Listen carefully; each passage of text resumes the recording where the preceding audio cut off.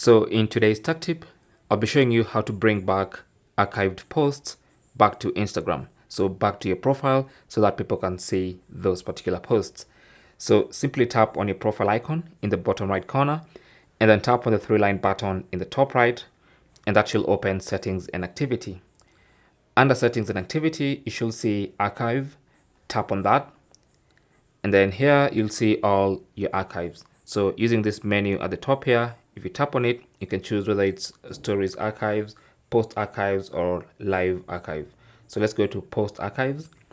And this is where you'll find all posts that have been archived.